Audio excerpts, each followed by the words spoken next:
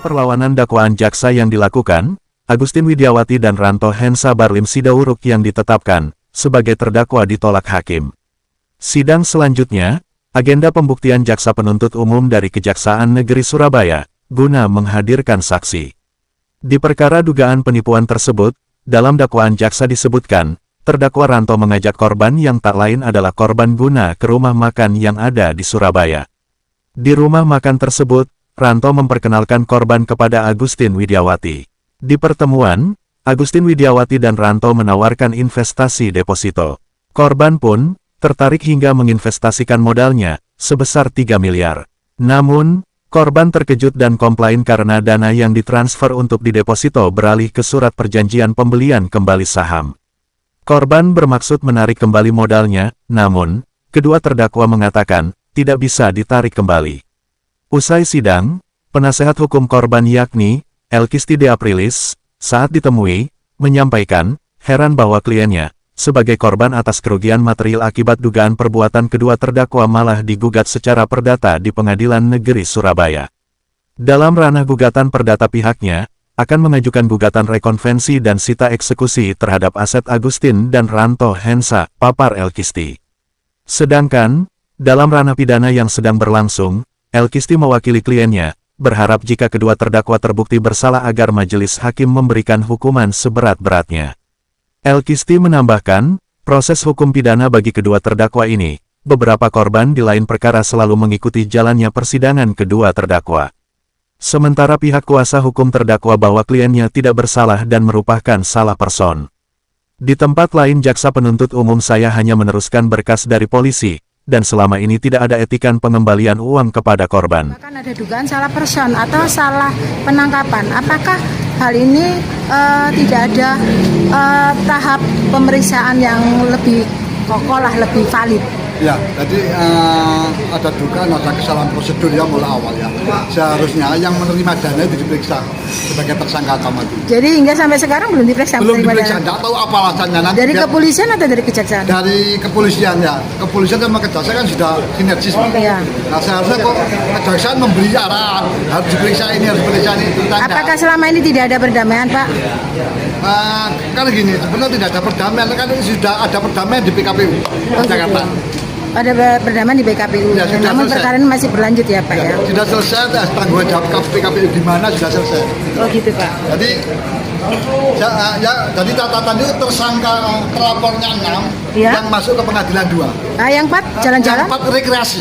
Oh rekreasi. Ya rekreasi lah. Jadi Indonesia lah, begitu lah memang. Ada dugaan ada kedua terdakwa ini sebagai tumbal aja Pak ya? Tumbal, ya seharusnya 4 dimasukkan semua gitu. Oh gitu.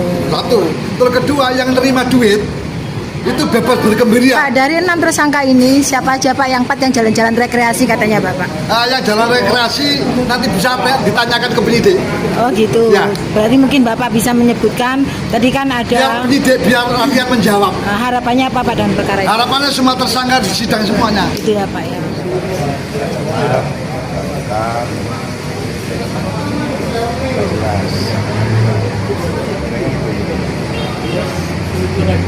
Dengan waktu KPK homologasi posisi jadi ada 2 kajian. Nah itulah itu juga salah satu dari bahasan kami di perlawanan. Nanti mengenai tanggapan sekarang itu kan putusan hakim ya untuk Tapi di dalam homologasi itu berapa yang dibayar Agustin ke Saleh?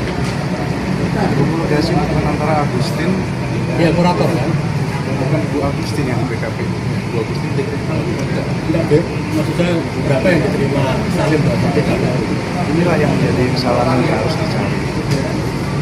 Salim itu yang menerima uang Salim itu siapa? Bu Agustin. Oh berarti tadi dianggap salah personnya tadi itu ya Mas ya di persidangan ya? Nanti dari sidang berjalan ada kita ini. Jadi kalau masuk PKPU itu sudah ada putusan Mas PKPU? Untuk terkait hal itu kita tunggu. Oh, sama jalan aja. Masih jalan. Saya nggak ngerti itu ada putusan atau belum. Bisa dilihat. Sidang pledoi kemarin kan pengacaranya kan mengatakan bahwa ini adalah impersonal atau salah person. Nah, apakah benar Mas itu terkait penyelidikan ini ada kedua terdakwa ini kurang jeli dan cermat terhadap kepolisian yang melimpahkan ke kejaksaan.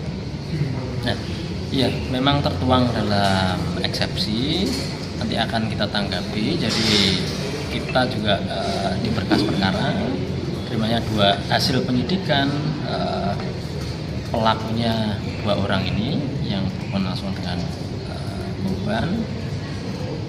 Nanti kita akan tanggapi di tanggapan eksepsi. Berarti jaksa yang menerima dari kepolisian ini adalah 2 nama Ya. terdakwa ini. Untuk Ya, yang lainnya hasil tidak tahu ya penyidikan. Pak ya. Ya. Masalah salah person atau tidak nanti ditanggapi akan lewat kita ini ya tanggapi Pak lewat ya. eksepsi. Pak, selama ini apakah Ya. ada RJ atau perdamaian untuk mengembalikan uang tersebut dari pihak korban ke terdakwa ke pihak korban? Kalau setahu kami belum ada. Selama jaksa ini Ya. ada enggak pernah menawarkan bahwa pengembalian belum ada. untuk meringankan terdakwa? Belum Belum ada ya ada, Pak ya. iya. Oke, makasih Pak. Dari Surabaya, Rahayu mewartakan.